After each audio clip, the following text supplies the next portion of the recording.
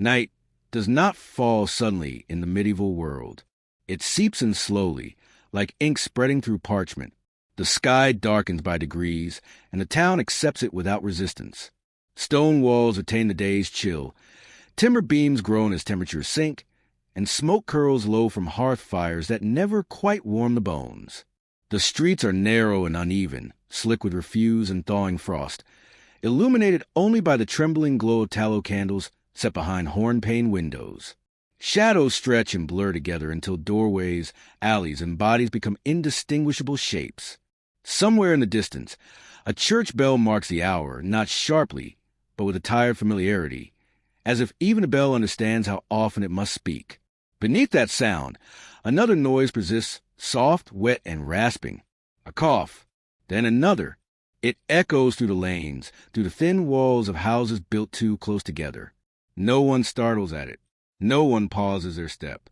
The sound is as common as the creak of leather boots or the bark of a dog.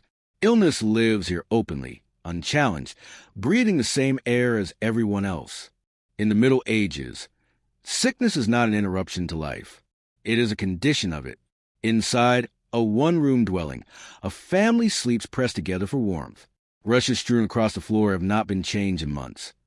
They are damp, sour with spilled ale and waste, alive with insects that bite without apology. A child stirs, feverish, skin hot beneath a thin wool blanket. His breathing is shallow, his lips cracked. His mother presses a hand to his forehead, then draws the sign of the cross in the air, more out of habit than hope. She has seen this before. She has buried two already. There is no panic in her movements. Panic belongs to those who believe something can be done. Instead, she reaches for a small pouch hanging from a wooden peg, a bundle of dried herbs knotted with string. Someone once said these leaves chased away bad humors. Someone else said prayer was stronger. She will use both. Faith in this world is not precise. It is layered, pragmatic. God and folk remedy coexist without conflict, because desperation leaves little room for purity. The knife used to slice bread earlier in the evening now lies rinsed and ready. Tomorrow, it may be used to lance a swelling, to cut away rot, or to shave wood for kindling. Objects here serve many purposes, none of them gentle. Cleanliness is relative. Water is precious, drawn from wells that carry unseen dangers, shared by the healthy and the dying alike. The same basin that washes hands will later wash a body prepared for burial. People grow up learning that flesh fails easily. They learn it the way they learn weather patterns or planting seasons, through observation, not explanation. Swollen joints, blackened toes, sores that refuse to heal, teeth that loosen and fall away. These are not mysteries to be solved. They are signs of sin, of divine testing, of imbalance in the body's humors.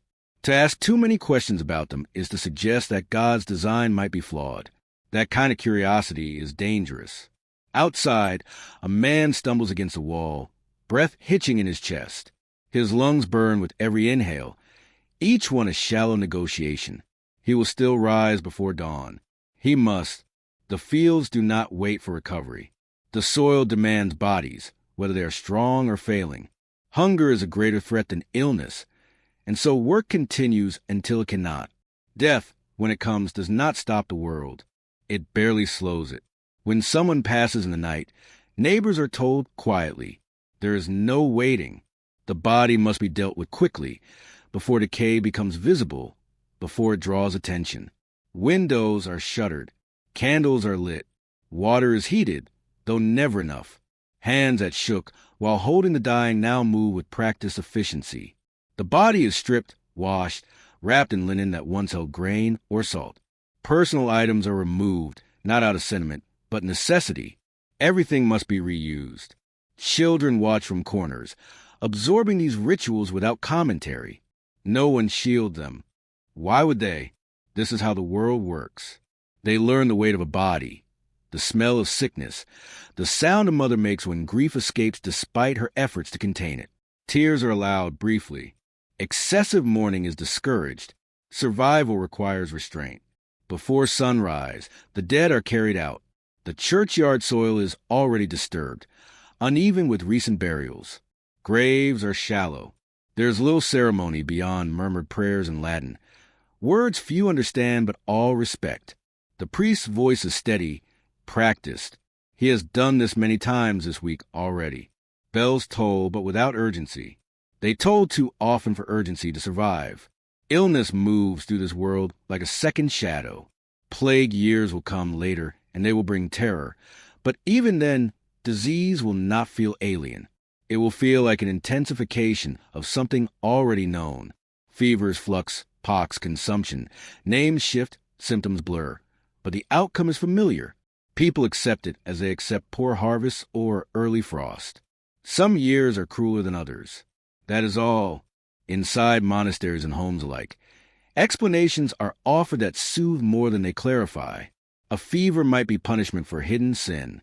A child's death might be a test of faith. Suffering is folded neatly into theology, given meaning so it can be endured. To endure is the highest virtue. To question is to rebel. Priests are called when hope thins. They arrive with oil and prayer, tracing signs on foreheads, slick with sweat. Confessions are extracted gently but firmly. Souls must be prepared just in case. The sick cling to rosaries, fingers moving over worn beads, grounding themselves in repetition. The Latin prayers wash over them like water over stone, cool, distant, but comforting in their rhythm. Sometimes, charms are used alongside Scripture. A knotted cord tied around the wrist. A scrap of parchment with a psalm written on it, tucked beneath a pillow. No one sees contradiction here. God works through many channels. Or perhaps people simply use whatever might help. Survival leaves little room for philosophical consistency. When the sick recover, there is gratitude but little surprise. When they do not, there is sorrow but no outrage. The idea that life should be fair has not yet taken root. Fairness belongs to heaven, not earth. Earth is a place of trial, and trials are not meant to be comfortable. Even the language reflects this acceptance. Words for illness blend with words for fate. To be struck down is not an accident.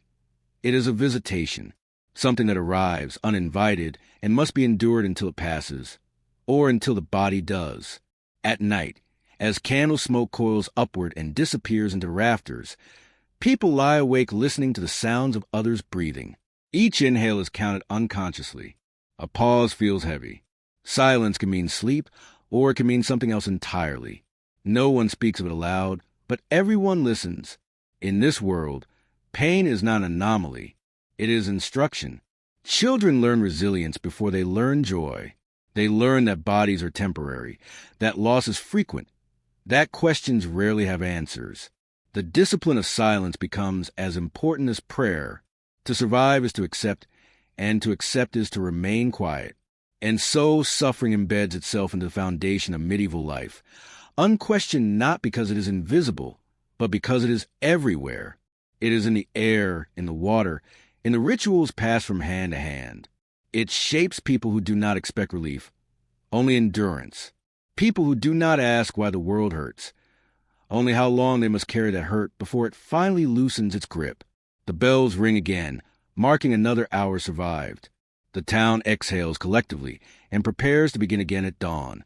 Dawn arrives slowly, brushing the frost-laden stones of a small village with fragile, pale light.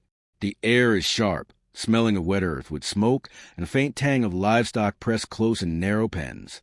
A girl stands at the edge of the courtyard, her breath rising in trembling clouds. Her cloak is thick, meant to shield her from the cold, yet it hangs awkwardly over shoulders too small for its weight. Fingers, red and chapped, clutch the hem of her dress as if it were a lifeline. She watches the villagers stir, men scraping frost from carts, women hauling water in wooden buckets, children scuffing their feet to warm them, and yet she feels unseen. In the Middle Ages, girlhood is fleeting. It exists in the small intervals between work and duty, often unnoticed by the world around it. No one looks at her long enough to remember that she is a child, that her laughter is still fragile, that her fears are her own. She has learned the unspoken language of submission, of moving quietly through spaces not built for her, of keeping her voice low and her gaze even lower. She knows that to step beyond her bounds is to invite reproach, or worse, ridicule. Her mornings are a litany of tasks. She scrubs stone floors with bristled brushes until her knuckles bleed, carrying water from the village well, filling basins and cauldrons. She tends fires that stain her hands with soot, cooks porridge that she will not taste, and patches worn clothing that will tear again within days. Each task is performed with silent endurance, each gesture a quiet claim to survival. There is no childhood pause, no play that lasts beyond a moment's stolen glance, no freedom to linger. Her world is measured by usefulness, not whim. The turning of the seasons dictates her life. Summer brings relentless labor in the fields, her small hands picking stones from the soil, binding sheaves of grain, carrying baskets of produce to market under the watchful eye of older women. Winter brings endless chores near the hearth, knitting and sewing, mending, tending animals, feeding siblings, and ensuring the home survives.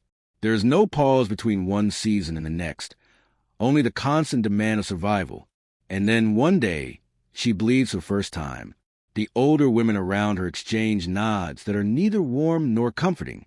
They are gestures heavy with approval, as though her pain is a milestone, a signal that she has crossed an invisible threshold into usefulness. No one explains what this means for her.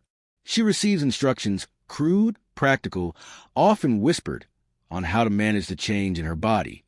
She is told to endure discomfort without complaint, to accept it as normal, to remain quiet. To question it is to betray ignorance, even sacrilege. In this world, consent is an alien concept. Laws speak for her body, for her future, even before she understands them. A lord's gaze lingers too long. A man's interest is assumed to be rightful, and her body is never entirely her own. These are truths not debated but silently absorbed. She sees other girls married, often to men twice their age, and she knows that her fate is likely similar. Marriage is not an act of love or choice. It is a transaction sanctioned by family, by society, by God. To resist is unthinkable. The wedding day arrives without fanfare. There is no ceremony for fear or hesitation, only rituals prescribed for propriety. Her hands are washed in cold water, braided hair pinned tightly beneath veils that prick her temples. She is adorned in cloth not for comfort, but to mark her passage into a new role. The guests murmur prayers. The priest recites blessings. Words float around her in Latin, in sound she understands only faintly. She kneels on stone, her knees aching, her heart pounding in a rhythm foreign to her. No one asks her if she is ready. No one considers the quiet terror that coils in her stomach. On the wedding night, pain arrives as it was always promised. There is no guidance, no gentle instruction, only expectation. She endures, internalizing each sensation as part of her duty. In the morning, she is measured not by how she feels, but by how little she complains. Survival demands stoicism, and obedience is valorized above all else. Her fear, her confusion, her budding resentment, these are tucked away into hidden corners of her mind, carefully sealed. Even as years pass, her body and spirit are trained to accept the weight of expectation.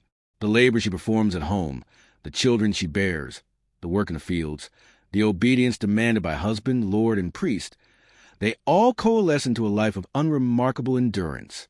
Her identity is not her own. It is shaped by the rigid structures around her: patriarchal hierarchy, religious dogma, economic necessity. She becomes almost a ghost, present in her work, absent in her desires. Her sacrifices are ordinary.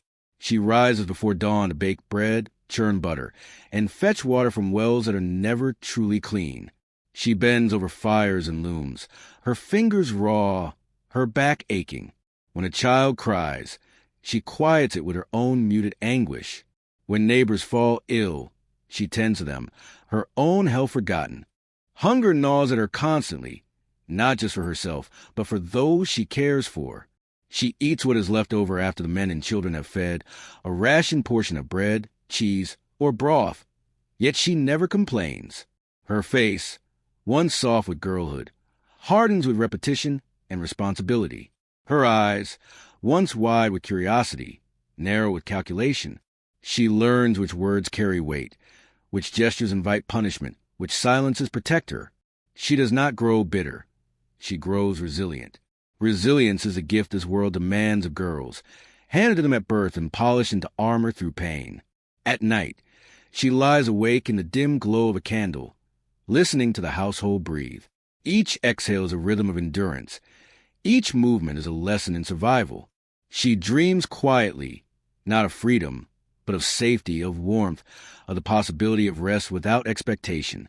These dreams are small, fragile, and she guards them jealously, tucking them away like precious seeds in the soil of her mind, knowing the world may never allow them to grow. Even religion provides no relief, only structure. She kneels for prayer because kneeling is expected. She recites lines she has memorized since childhood, aware that her words are a shield, a way to navigate a world that often threatens her without malice, without reason. God, she believes, watches her endurance. Perhaps God will reward it in ways unseen, ways not available in life, but whispered in the promises of heaven. Her adolescence is marked by repetition, by the acceptance of limits imposed upon her. She learns to speak softly in public, to measure gestures and tone. She learns that curiosity can be dangerous, that questions can invite suspicion or punishment. She navigates her world through observation, through quiet intelligence, through a careful balance of compliance and subtle autonomy. Each day is a study in restraint, each interaction a lesson in survival. And yet, within this life of quiet submission, moments of small rebellion emerge. She may linger over a flower, run a hand along a carved doorframe, hum a tune no one else hears. These are fleeting, almost imperceptible. They leave no mark on the expectations of the household. Yet they remind her that a part of her remains untouched by necessity, untouched by fear, untouched by the relentless demands of survival. By the time she reaches full womanhood, she's become almost invisible in the eyes of the world. Her labor is essential, yet unnoticed. Her obedience is expected, her suffering normalized. She has carried more than her share of hardship, yet no one asks her to account for it. Her experiences, once vivid and immediate, have become part of the texture of daily life, like the weight of frost on rooftops, the smell of smoke from hearths, or the chill of wind against bare hands. And in this invisibility, there is both sorrow and power. She is unseen, yes, but she is resilient. She bears the world on her shoulders, quietly, unremarked, and endures. No one questions her pain, her labor, her endurance. No one needs to. It has always been part of the rhythm of medieval life, an unspoken expectation woven into the fabric of existence. As the sun sets, casting long shadows across the courtyard, she moves among the villagers with the ease of one who has always been here and always been unseen. Her hands carry water. Her eyes assess the day's work. Her body bends under the weight of chores. She walks through a world that demands everything of her and offers little in return. Yet she walks it anyway, silently, dutifully, carrying the memory of her girlhood within her like a secret talisman, a hidden flame. The candles flicker against the stone walls as night reclaims the village.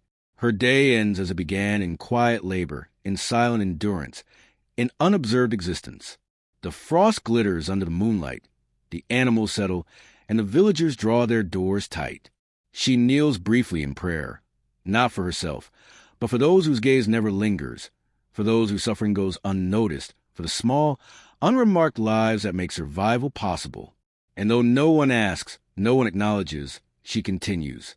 In this world of unchallenged hierarchies, unquestioned customs, and silent suffering, she has learned the art of endurance.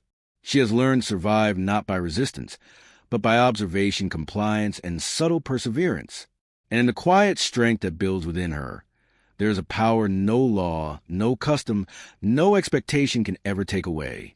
Morning arrives slowly, pale and gray, casting a mist over the village square. Frost clings to the uneven cobblestones, glinting faintly as the first weak light filters through clouds. A rope sways gently in the breeze, hanging from a stout oak in the center of the square. Its fibers are rough, worn, and stiffened by years of weather, a rope that has been used again and again for purposes that chill the imagination. In the Middle Ages, such ropes are as ordinary as the carts that rattle across the streets or the church bells that toll without urgency. They are a fixture, familiar and unavoidable, symbols of the justice system that is absolute, immediate, and deeply public. The townspeople gather, slowly, deliberately, as they always do. They bring their children, lifting them onto shoulders so the smallest might see what is to come. There is no squeamishness here. The execution is not a spectacle in the modern sense. It is ritual, civic duty, instruction. In this world, punishment is a lesson, and lessons are learned by observation. A thief, a traitor, a sinner, the distinction is made quickly and without debate. The condemned stands quietly, hands bound, their body tense, aware of every eye upon them. He smells of sweat and labor, of straw and the unwashed robes he has worn for days. His breathing is shallow, chest rising and falling in anxious rhythm. Yet he is a part of the landscape, an expected figure in the square as familiar as the marketplace stalls. The punishment to come has been decided in accordance with the law, or at least a version of law that is enforced by men with authority. Justice is swift, impartial only in appearance, and carries divine imprimatur. The townspeople believe, as they have been taught, that what unfolds is ordained. A thief who steals bread from a neighbor is punished with the same gravity as one who steals a life. The scale is not human but symbolic, and the rope that will soon carry its weight embodies a necessity of order. Children watch with wide eyes, their expressions caught somewhere between fear, curiosity, and instruction. They see the raw consequences of disobedience, the rigid hierarchies of medieval society laid bare in a single, unflinching act. They learn, without needing to be told, that the rules are absolute, that mercy is rare, and that transgression carries visible, undeniable consequence. Adults murmur prayers under their breath, not for condemned, but perhaps for themselves, asking for protection, guidance, or absolution from the responsibility of witnessing. The condemned man scans the crowd, searching for recognition, for some sign of compassion. He finds none. Even those who know him avert their eyes, understanding that sympathy is dangerous. To question the authority that has sentenced him is to place oneself in peril. In this world, silence is safety, and observation is obedience. The crowd murmurs in patterns learned through repetition over years, a ritual accompaniment to ritual violence. Fear is cultivated, ingrained, and understood as an essential instrument of control. The priest arrives, clad in robes of unassuming hue, a presence both comforting and imposing. He carries with him the weight of ritual, the authority of the church, the promise of redemption. His words, spoken in measured Latin, drift over the square like smoke from the morning fires. Few understand the meaning fully, but all understand the gravity. The condemned may listen, or he may not. The act will proceed regardless. Spiritual absolution is offered, and yet it does not interfere with the temporal punishment. The duality of divine law and earthly law is never questioned here. The executioner steps forward, a figure of necessity and dread. His hands are steady, his expression neutral, trained over years of repetition. He does not relish the task. He understands its importance in maintaining order. He secures the rope with practiced efficiency, knotting it in ways that have been passed down through generations, tools and techniques refined over centuries. There is a rhythm to the movements, a choreography that must be precise. Mistakes are unforgivable, and yet, in the careful hands of the executioner, there is an almost eerie grace. The condemned's body tenses, the muscles rigid with anticipation and fear. His skin is pale, lips chapped from dry air, eyes wide as the crowd silence settles around him like a shroud. The square is quiet, save for the creak of the rope, the distant crow of a rooster, the occasional murmur of a child. Time stretches, elongated by the intensity of collective attention. The square itself seems to hold its breath. Then the act begins. Life is removed in a motion both sudden and deliberate. The rope tightens, the body jerks, a fleeting shadow against the gray morning. The crowd exhales collectively, and for a moment, the world feels suspended. Then the routine resumes, murmurs, prayers, the clinking of tools, the soft shuffle of feet as people begin to disperse. The condemned is lowered, removed, and the square slowly returns to its mundane rhythm. Blood is washed away, the ground swept, and the market's daily commerce begins once more. Even after the body is gone, the lesson endures. The rope remains, swaying in the wind, a symbol of consequence, authority, and order. Children will remember it. Adults will tell their own stories quietly, reinforcing the hierarchy, the necessity of obedience, the unquestionable nature of law. Violence becomes normalized, absorbed into the rhythms of life so completely that its presence is barely remarked upon. Death, in this world, is neither shocking nor tragic in the sense we understand today. It is elemental, integrated, expected. People die from disease, malnutrition, accidents, and punishment with almost equal frequency. Each loss is observed, noted, and quickly absorbed into the continuum of daily life. Mourning is brief, practical, often private. To dwell too long is dangerous, for life offers no pause, no reprieve. The living must continue, turning the soil, tending the livestock, baking bread, spinning wool, laboring through frost and rain, sickness and despair. The rope, like death itself, teaches. It teaches obedience, caution, endurance. It embodies lessons unspoken but deeply understood. Men, women, and children carry these lessons in their bodies and gestures. A child who glimpses a rope will think twice before taking another's loaf. A farmer who observes a hanging will weigh each word and action, cautious of reprisal. Fear, embedded in flesh and memory, guides conduct more effectively than any written law. Even the smell of the square reinforces the lesson. Damp stone, the faint metallic tang of blood, the sour odor of urine and refuse, all mingling with the aroma of hearth fires and baking bread, creates an atmosphere charged with both ordinary life and extraordinary consequence. The senses are saturated with instruction. Touch, smell, sight, and sound all serve as teachers in this world where questioning is rarely safe.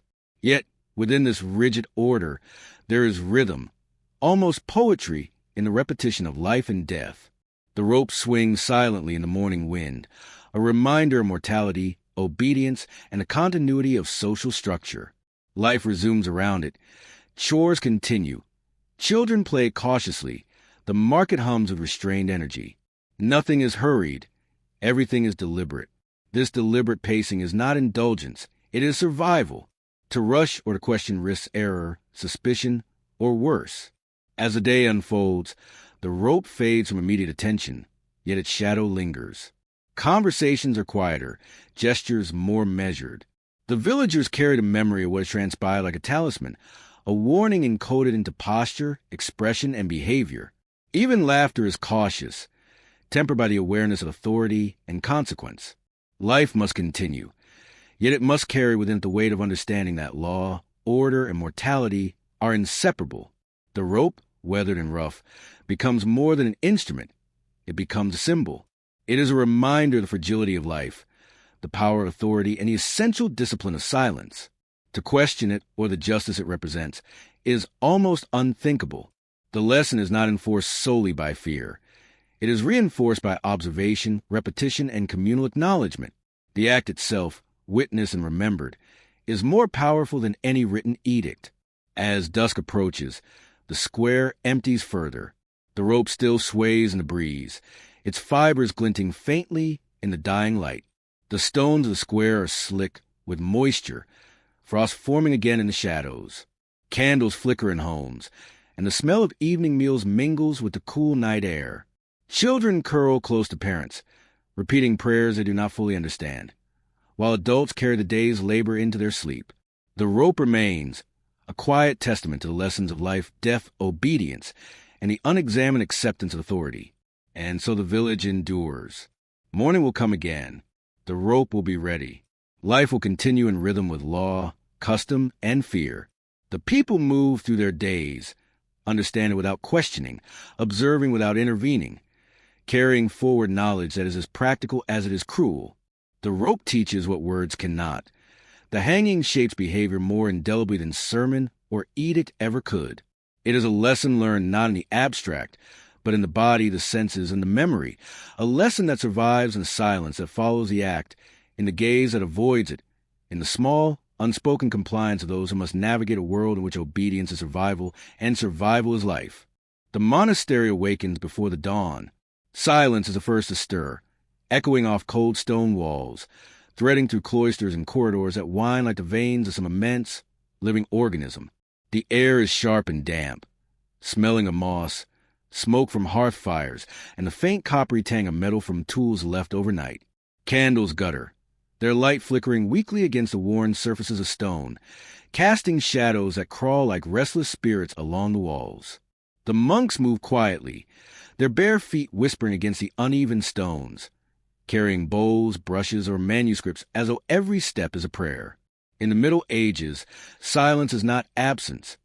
It is vigilance, devotion, discipline. It is as much a presence as the scent of incense or the groan of timber under frost.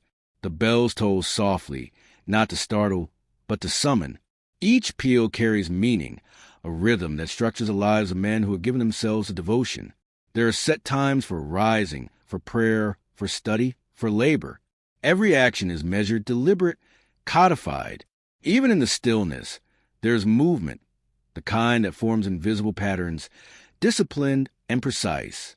The monks have learned to inhabit this order so completely that the world outside could disappear and it would matter little.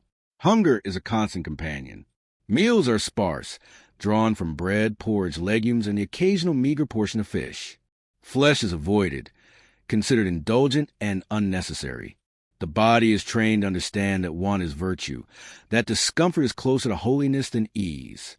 Some monks eat barely enough to survive. Moving from one prayer to another, their stomachs hollow, their hands steady despite weakness. Hunger sharpens the mind, they believe, purifies the spirit. It teaches patience, endurance, humility. The cold penetrates the thickest robes. Hands redden and crack despite gloves or woolen coverings.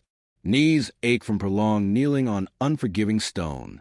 Some wear hair shirts, their coarse fibers biting into flesh to remind them of sin, of mortality, of the distance between man and God. Pain is neither accidental nor punishment. It is embraced, welcomed, sought. In this world, to suffer is not to falter. It is to participate in a sacred rhythm older than the monastery itself. Illness enters quietly, as it does everywhere. The monks are not immune, though their isolation protects them from some maladies that ravage villages. Fevers flare, wounds fester, and the slow gnaw consumption is a reminder that even sanctity cannot shield the body from mortality. Remedies are simple: herbal salves, poultices, prayers whispered over steaming bowls, hands laid lightly on aching joints. Complaints are few. The sick are observed, tended, but rarely pitied. In the monastery, suffering is recognized, measured, but not excused. Endurance is the expectation. The scriptorium becomes a sanctuary in this morning stillness. Here, the faint scratch of quills on parchment mingles with the smell of ink, a thick, bitter perfume. Hands move carefully, copying texts in cramped Latin, reproducing psalms, homilies, and treatises. Eyes strain in dim light, shoulders stiff, fingers stained with blackened ink. The act of transcription is itself a meditation, a labor that teaches patience and precision. Every letter carries weight. Every line is a prayer. Every page is a testament to devotion. Mistakes are rare, and when they occur, they are corrected with the humility of one aware of human fallibility. The world outside intrudes only in whispers. News arrives late, carried by travelers whose accounts are fragmented, distorted, and laced with fear or exaggeration. War, famine, plague. These arrive like distant thunder, their meaning filtered through walls of stone and devotion. Monks listen, nod silently, and fold these events into their understanding of divine providence. To react too strongly is to risk distraction. To feel too deeply is to invite weakness. They have chosen this life to rise above the trivialities and cruelties of the external world. The discipline of detachment is sacred. Yet, within these walls, bodies betray ideals. Knees fail, wrists swell, eyes cloud with fatigue. Old wounds ache in the damp chill. Suffering cannot be avoided, even in devotion, and so the monks integrate it into their rituals. Pain becomes a teacher, weakness a lesson in humility. The chants in the chapel echo over bodies that are imperfect, reminding all who kneel that sanctity is not freedom from suffering, but the mastery of response to it. The monastery operates on a cycle older than memory. The bells toll, calling men to prayer, to work, to contemplation. Morning labor sees hands cleaning floors, tending gardens, chopping firewood, carrying water from wells that barely reach the frozen stone beneath. Sweat mingles with smoke and candle soot, staining skin and garments. The tasks are mundane, repetitive, yet they are woven into the rhythm of devotion. Work is worship, labor is prayer, suffering is holiness. Meals are eaten in silence, the monotony of taste reflecting the rigor of life. Bread is coarse, hard, porridge thick and bitter. Meat is rare, a luxury, and then only fish. Eating is necessity, not pleasure. Hands are clean, gestures deliberate. Conversation is minimal. Attention is fixed inward. Even appetite is disciplined. Desire is tempered, managed, controlled. The body itself is a vessel of teaching. Every ache and pang reinforcing the lessons of endurance, restraint, and obedience. Even sleep is controlled. The monks retire in carefully timed cycles, sleeping in sparse cells, beds narrow and hard. Dreams are observed, recorded, or dismissed. Night is quiet, though not empty. Frost presses against windows, wind rattles shingles, distant animals cry, and the human body whispers of discomfort and mortality. Yet even here, in the solitude of darkness, the rhythm of the monastery is maintained. Each man rises again to resume the cycle, to reaffirm the discipline of life under sacred law. Spiritual discipline is intertwined with every motion. Kneeling, bending, copying, cleaning, all are acts of devotion. Repetition is sacred. Monotony is holy.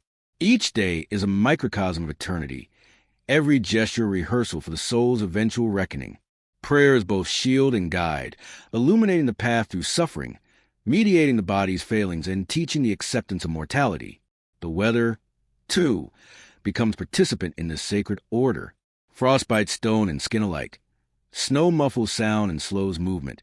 Rain seeps through thatched roofs into carefully swept corners. Each element is observed, endured, and integrated into life.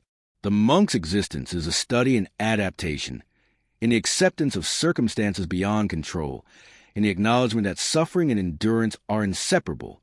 Silence, though, is the greatest teacher. In corridors and cloisters, in the scriptorium and the chapel, in cells and the refectory, the absence of sound sharpens perception. The drip of water, the creak of timber, the scratch of quills, each is a reminder of impermanence, fragility, and presence. The mind, honed in stillness, observes the world with precision. Every detail becomes meaningful.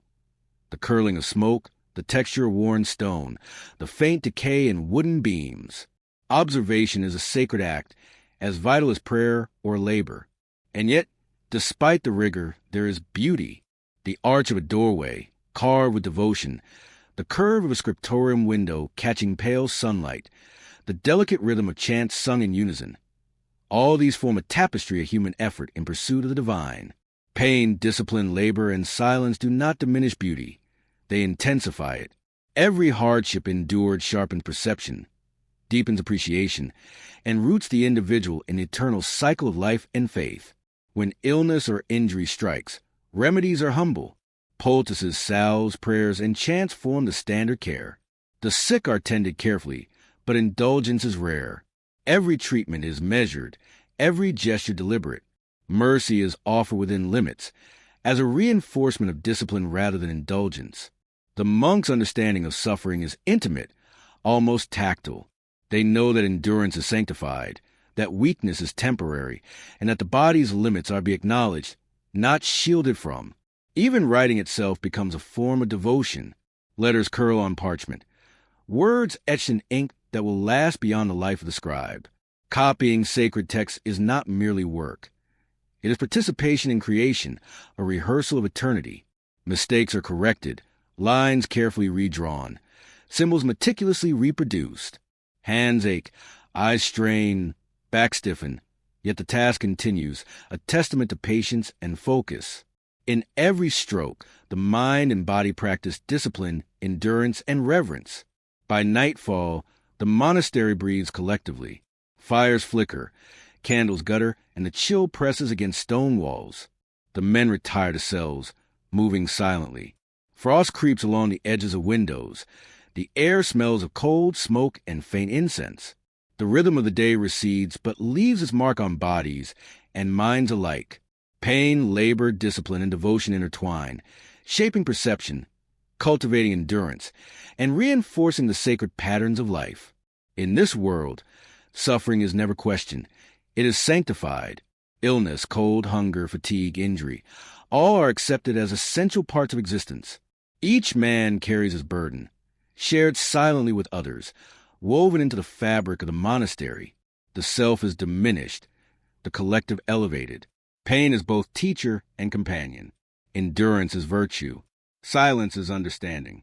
And within the sacred order, men find a strange, austere peace. The monastery endures through centuries, its walls absorbing the sounds, scents, and rhythms of countless generations. The lessons of pain, discipline, and devotion are passed down silently, observed, and embodied by each monk who walks its corridors. Every scratch of quill, every drip of water, every groan of timber is testimony to lives lived in quiet rigor. And as candle smoke coils upward, vanishing into stone and shadow, the world outside continues, unaware of the lessons preserved within these walls. Here, the monks move through life as one with the rhythm of the universe, enduring, observing, laboring, praying, suffering, and learning. Each day, like the rope in the square, the tolling bell, or the flickering candle, teaches without words. It is a life of quiet heroism, of sacred endurance, and unexamined acceptance of pain as a path to transcendence. In the monastery, suffering is sanctified, and in sanctity, even the weakest body may glimpse eternity. The noble hall awakens in the soft glow of torchlight, flickering against stone walls and high timber beams. The smell of smoke and burning pitch mingles with a heavier, sweeter aroma of roasted meat and spice wine. Banners hang motionless, heavy with dust and age, swaying only when a draft slips through the high windows. At the center of this hall, a long table groans beneath the weight of trenchers, bread, pies, roasted fowl, and thick bowls of pottage. The feast is a display of abundance, of hierarchy, of authority, but beneath its warmth and clatter lies a rigid order that is rarely questioned, silently enforced in every glance, gesture, and movement. Servants glide between table and kitchen, carrying dishes and mugs. Their feet make no sound on the stone floor, yet every movement is observed, every pause noted. They know exactly where they may stand, when to speak, and when to vanish into shadows. A misstep is punished not with cruelty alone, but with a subtle, invisible weight of social correction. They have learned that survival here is obedience, and obedience is invisibility. To be seen at the wrong time is dangerous. To be remembered for the wrong gesture even more so. The noble hall is a theater, and every actor knows their lines. The lords and ladies seated at the table speak and gesture freely, their voices carrying authority like a tangible weight. Each word carries implications. Each motion enforces hierarchy. Decisions are made, decrees spoken, and disputes settled with a glance or a tone. The power here is absolute, codified in law, custom, and divine sanction. Justice is interpreted through privilege, and privilege demands recognition without question. The servants and lesser folk watch, listening, absorbing, learning that their world is structured not by fairness but by status. To question it is unthinkable. The smell of food is overwhelming for those who toil unseen in kitchens, near fires that burn too hot for long hours, stirring thick stews or carving meat with knives worn blunt from endless use. Their hands blister, their backs ache, their faces are streaked with soot and sweat. Yet the lords and ladies remain unaware, or willfully so. Their lives are padded with comfort, insulated from labor. Power is as tangible as the timber beams over their heads. Authority is inseparable from space, wealth, and lineage. The world beyond these walls, the fields, cottages, and hovels where the laborers live, is a different rhythm, often ignored except as a source of revenue and provision. Children of the village may pass by windows, peering in briefly, their breath fogging the glass, but they are not welcomed. The gaze of nobility rarely meets theirs. The world within a hall is separate, sacred, and immutable. Even within the hall, women of lower status navigate with care. They serve, they clean, they anticipate needs that are never expressed. Their labor is essential, yet they are invisible. The imbalance is natural, codified, and unquestioned. They have absorbed it as the walls absorb smoke and candle soot, slowly, inevitably, permanently. Authority is reinforced not only by privilege, but by ritualized violence, however subtle. A harsh word, a glare, a dismissive gesture, all serve as reminders of the social order.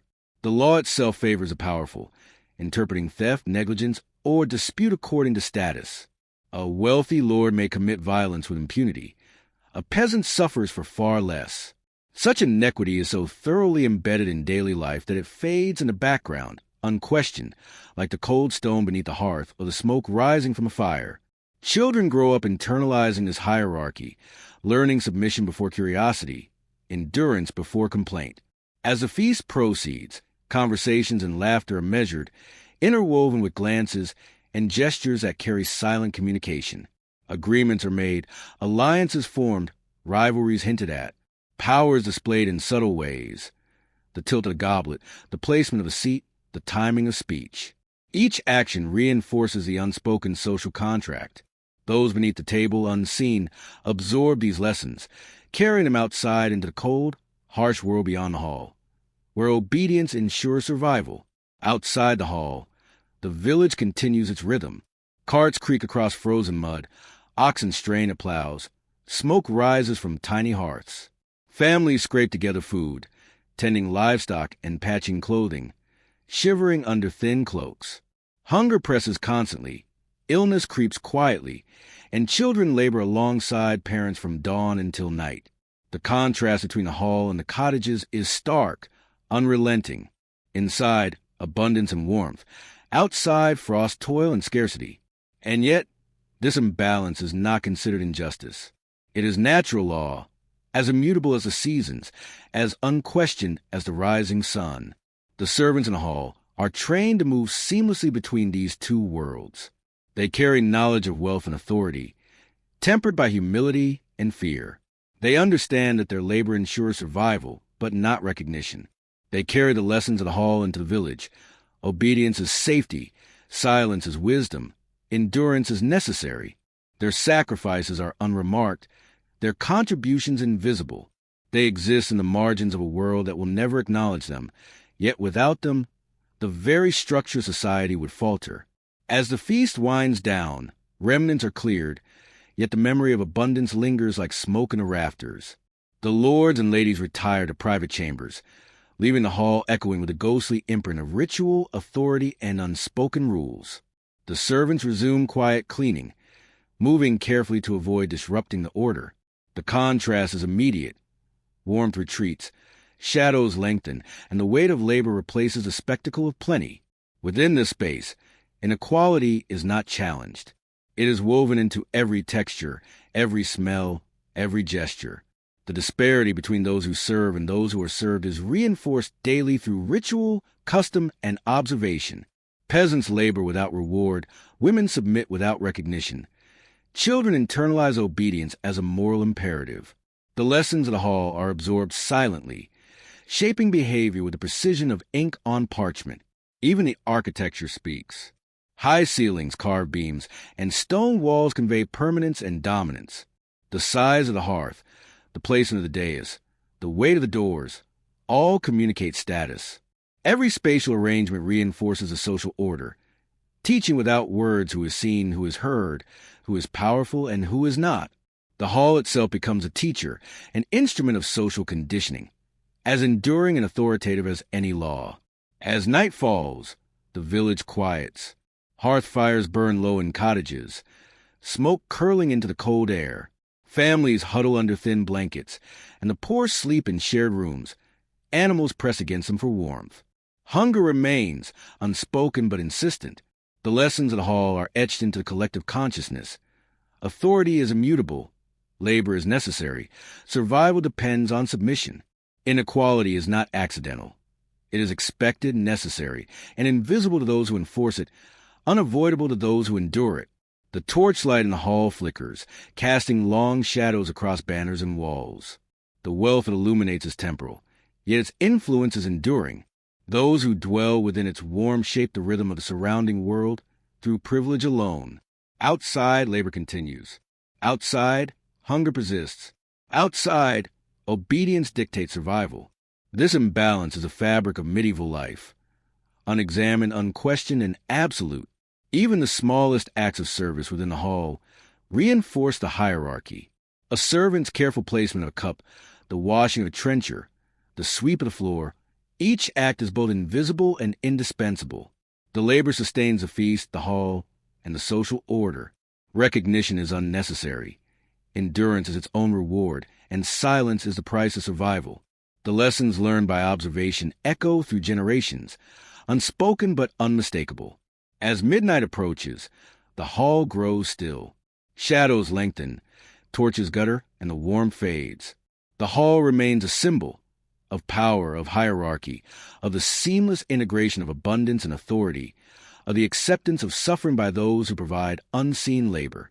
The walls hold memory, absorbing every gesture, every act of obedience, every unremarked sacrifice. The noble hall teaches without words, instructing the living through presence, observation, and repetition. And in this world, inequality is natural, suffering is normalized, and authority is unquestioned. The lessons of the hall are not abstract. They are practical, inscribed on bodies, minds, and gestures. The powerful eat, the servants labor, and the poor endure. The contrast is stark, its repetition relentless, and its meaning accepted without challenge. Life, in its unevenness, continues because it must, and everyone learns silently the roles they are to inhabit. The candle flames flicker one last time as night deepens. The hall, empty now, still radiates authority. The cold stone walls, the empty benches, the remnants of feast and ceremony, all stand as testimony to a society built on unexamined power and invisible labor. Beyond its doors, life moves on. Hands work, stomachs ache, and bodies endure. The hall teaches that obedience ensures survival, that hierarchy is inevitable, that inequality is invisible and natural. And those who dwell within it, whether seen or unseen, carry these lessons into every corner of their lives, unspoken, unquestioned, absolute. The forest awakens slowly, with a breath as ancient as the earth itself. Mist clings to gnarled roots and moss-laden stones, curling through the dense canopy like a living thing.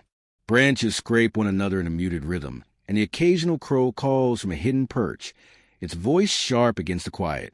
The smell of wet leaves and decaying wood hangs thick, mingling with the tang of smoke from distant hearth fires in nearby villages. Here, in the dense embrace of the woods, the world moves according to its own order, ungoverned by laws or lords, yet governed by fear, superstition, and necessity. In the clearing, a woman moves carefully, her cloak snagged on brambles, the rough bark scratching her palms as she navigates roots and rocks. Her eyes, wide and cautious, scan the forest with precision of someone who has known both its secrets and its dangers since childhood. The villagers speak of witches, of spirits, of the forest's own will, and they speak in hushed tones because the boundaries between truth and tale are porous. No one questions what has always been accepted. The stories are unquestioned because questioning is dangerous. Dangerous in life, dangerous in death, dangerous in memory. Her task is simple yet perilous. To gather herbs that grow only in hidden patches, known to a few in the village who have learned the forest's lessons from their ancestors. The leaves, roots, and flowers carry both medicine and meaning. They can heal fevers, staunch bleeding, or soothe convulsions. They can also mark a woman as strange, different, dangerous, if discovered by the wrong eyes. She moves with deliberate slowness, aware that a snapped twig, a displaced leaf, a faint human scent could draw attention, suspicion, or worse. In the Middle Ages, women are expected to know such knowledge, but not wield it openly. Healing is permitted, sanctioned by necessity, but the line between healer and heretic is razor thin. A woman who uses herbs to cure may also be accused of sorcery.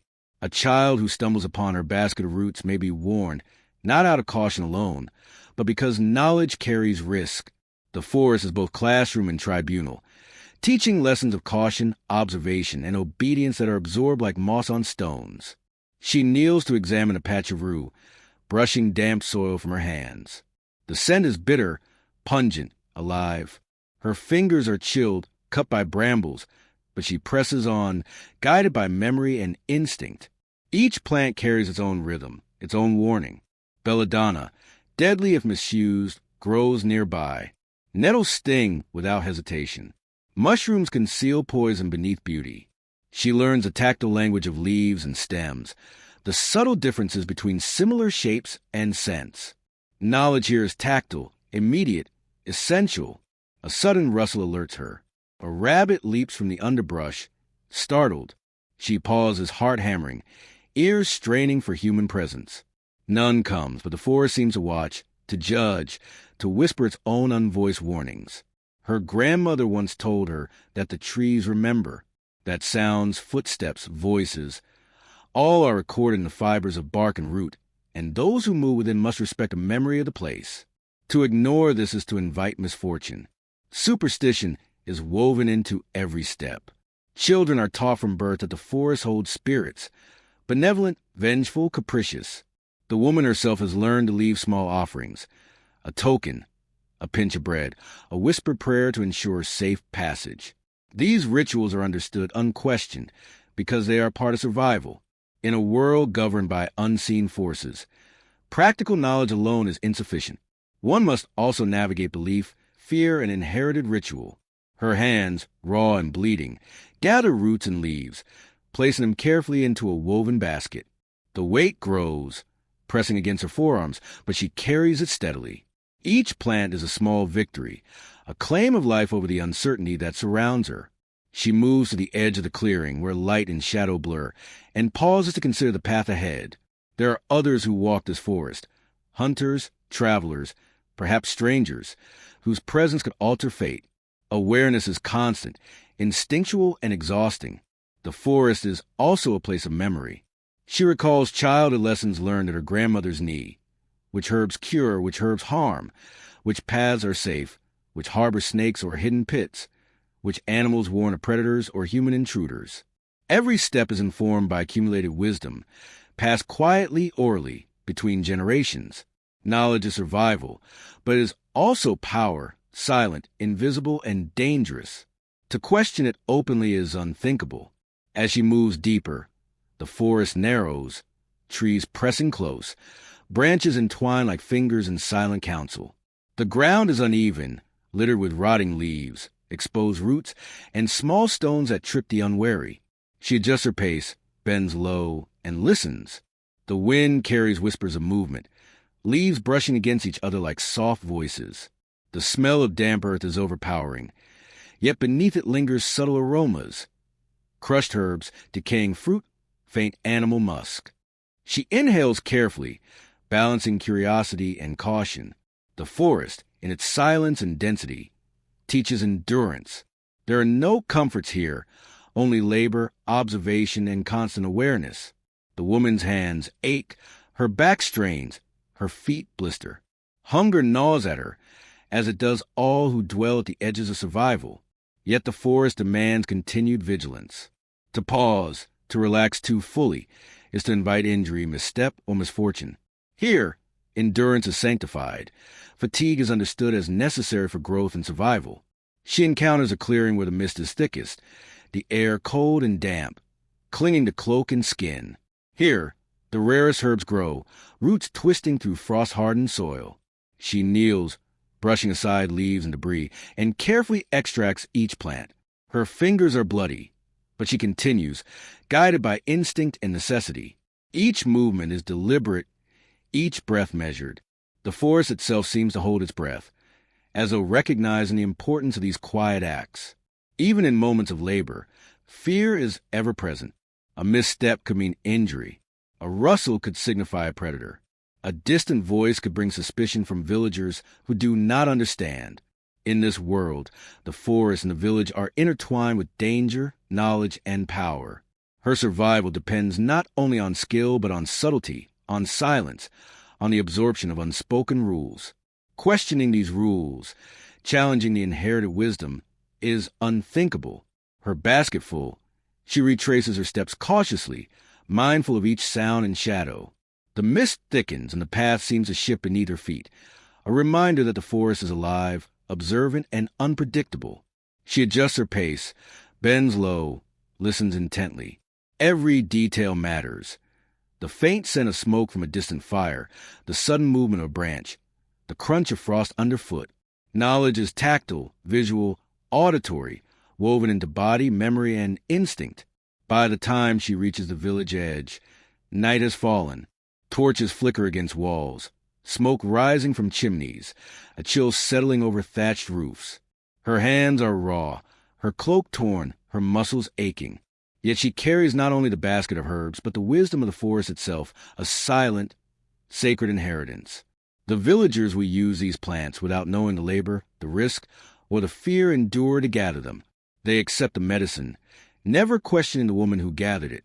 The forest has taught lessons that are absorbed, unquestioned, unquestionable. It has imparted endurance, knowledge, and fear. It has demanded vigilance, precision, and humility. It has enforced hierarchies between knowledge and ignorance, danger and safety, life and death. And those who navigate its depths learn not only survival, but the sacred rhythm of existence, the necessity of observing without questioning, of acting without claiming recognition. Even as she delivers the herbs, her hands shaking, her body exhausted, the cycle continues. The village depends on her labor, on her knowledge. Yet she remains largely invisible, her presence recognized only in the results of her work.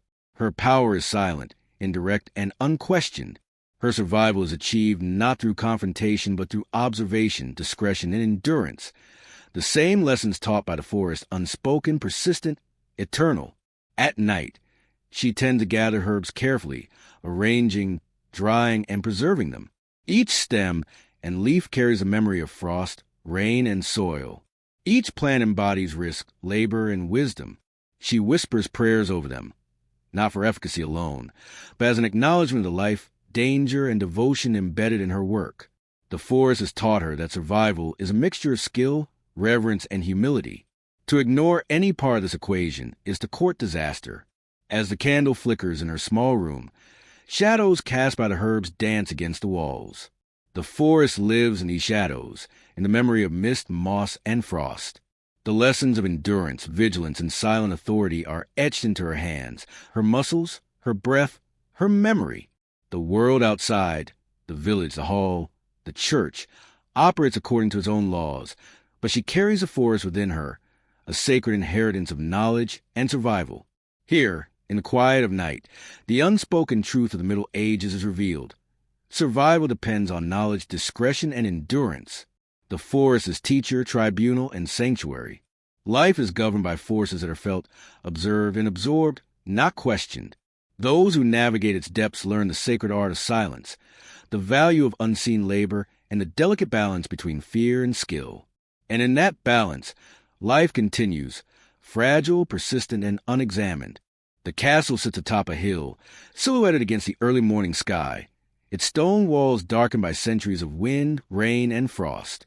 From below, the village stretches along the narrow road, smoke rising from chimneys, livestock stirring in pens, and children trudging chores with small, careful steps. The castle dominates the landscape, a constant reminder of power, wealth, and authority. Its towers pierce the clouds, battlements standing as both protection and intimidation. Those within move with confidence, while those below move with caution, their lives constrained by a hierarchy as rigid and unyielding as the stones beneath their feet. Within the castle walls, the great hall hums with activity. Servants glide across cold flagstones, carrying dishes, adjusting tapestries, and ensuring that the lords' and ladies' wishes are met before they are spoken. Torches gutter in sconces along the walls, casting dancing shadows that mingle with the morning mist filtering through narrow windows. The air smells of burning pitch, freshly baked bread, and the faint tang of iron from armor left overnight. Every movement is calculated, every gesture observed. The hierarchy is omnipresent, communicated not only through words but through space, posture, and attention. The young heir of the castle, a boy no older than 12, moves among this world with a mix of awe and trepidation. His hands, small and uncalloused, tremble as he reaches for the wooden railing of the staircase. He watches the servants and knights, the women of the household, and the men-at-arms, noting the precision of their movements, the exacting discipline required for survival within these walls. Authority is both invisible and palpable. It flows in glances, in the tilt ahead, in the way space is occupied. From a young age, he understands that his life, while privileged, is defined by observation and adherence. Questioning is dangerous. Independence is risky. Survival demands conformity. The lords and ladies conduct their daily affairs in a rhythm dictated by both necessity and ritual. Decisions regarding land, taxes, and justice are made in hushed tones over tables laden with maps and ledgers. Servants wait silently, present yet unseen, attending to needs before they are articulated. The air is thick with authority and expectation. Every word, gesture, and look carries weight. Even the boy understands that power is not merely possession of wealth, but the mastery of perception, influence, and control. Beyond the walls, the villagers toil. Fields are plowed, livestock tended, and homes repaired in the constant rhythm of survival. The smell of smoke and sweat drifts upward from cottages, mingling with the scent of damp earth and frost. Hunger is an ever-present companion. Labor is relentless. Obedience is assumed. No one questions the authority of the castle because it is embedded into the very fabric of daily existence. The hierarchy is unquestioned, reinforced in gestures, rituals, and the constant observation of behavior. Within the castle, the rules are exacting. Meals are carefully timed and arranged. The serving of bread, the pouring of ale, the placement of dishes, all follow long-established protocols. A servant's misstep is punished subtly yet effectively. A sharp glance, a whispered reprimand, the silent withdrawal of favor. Authority is exercised in both grand and invisible ways, shaping behavior and expectation. The boy observes, learning that survival depends not on defiance, but on precise adherence to ritual, awareness, and discretion. The Lord's court is another theater of power. Here, disputes are settled, contracts negotiated, and allegiances forged or broken. Words are measured, gestures deliberate, silence enforced with equal rigor. Every participant, from knight to squire, understands the stakes. Knowledge is power, but its application is contingent upon position, perception, and timing. To speak out of turn, to challenge a superior, is to risk punishment or disgrace. The boy learns quickly that observation is his most powerful tool, that understanding hierarchy, subtlety, and timing is essential. Outside, the peasants live under rules enforced by proximity, custom, and fear. A misstep in the field, a failed payment of taxes, or a minor theft is noticed quickly. Punishments, whether corporal or economic, are meted out with immediacy. Justice is not abstract. It is performed visibly, designed to instruct as much as to punish. The castle's authority extends invisibly into cottages, barns, and streets, shaping behavior and expectation even when no lord is present. Life is survival within these constraints, learned silently through observation and repetition. Even domestic labor within the castle reinforces hierarchy. Women prepare meals, tend fires, clean chambers, and manage the myriad details that sustain the household. Their labor is constant, invisible, and unremarked, yet essential. Mistakes are tolerated sparingly. Obedience is expected without question. Their status is defined by service, endurance, and discretion. To be seen or remembered is dangerous. Survival depends on blending skill, subservience, and invisibility. The boy watches all of this, learning that power is exercised as much by invisibility as by command. As the day progresses, the castle breathes with its own rhythm. Knights drill in the courtyard, horses stamping, armor clinking, commands barked in short, precise tones. The kitchen hums with preparation, fire roaring under cauldrons, knives scraping boards. The chapel rings with quiet chants, voices lifted in prayer, each syllable reinforcing obedience and hierarchy. Every movement, sound, and smell is a lesson in order, discipline, and authority. The boy absorbs it all, his young mind cataloging, analyzing, and internalizing the lessons without question. Illness, hunger, and fatigue do not pause for ceremony. A servant collapses quietly in the kitchen. A child in the village falls to fever. A knight strains under armor. The rules of the castle are harsh but immutable. Endurance is essential. Weakness tolerated only insofar as it does not disrupt function. Care is pragmatic, measured, and controlled. The young heir observes this as well. Life is governed by structure, labor, and survival, and deviation from these principles is dangerous. The night brings its own lessons. Candles flicker in the great hall, shadows stretching across stone walls and high timber beams. The boy's bed is narrow, hard, and deliberately uncomfortable, a reminder that privilege does not excuse discipline. Sleep is tempered by ritual, by observation, by preparation for the next day's demands. Outside, frost glints across fields, animals settle in pens, and fires burn low in cottages. The rhythm of life continues without pause, governed by hierarchy, obedience, and survival. In the castle, stories are told to reinforce social lessons. Tales of heroes, villains, saints, and sinners circulate in the great hall, in whispered corners and in the voices of the old and experienced. They teach bravery, caution, obedience, and the consequences of misjudgment. Children listen, absorbing patterns of behavior, learning where authority lies, and understanding the consequences of defiance.